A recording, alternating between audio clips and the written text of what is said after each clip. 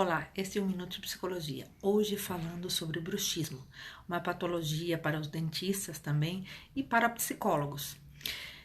Tem a diurna, né, e tem a noturna. A noturna é comum em distúrbios do sono, mas a diurna é da contração muscular que leva essas articulações aqui por um mau funcionamento de uma transmissão sináptica dentro do cérebro, ocasionado por ansiedade e estresse, sendo muito comum em muitos adolescentes. Tem crescido muito o número de adolescentes e adultos também, porque todo esse estresse que a gente leva o dia a dia, principalmente ansiedade, corresponder às expectativas de corpo, de saúde, de tudo, de escola, de frequentar um monte de coisa ao mesmo tempo, acaba sobrecarregando, originando estresse, aí consequentemente o bruxismo também de origem psicológica.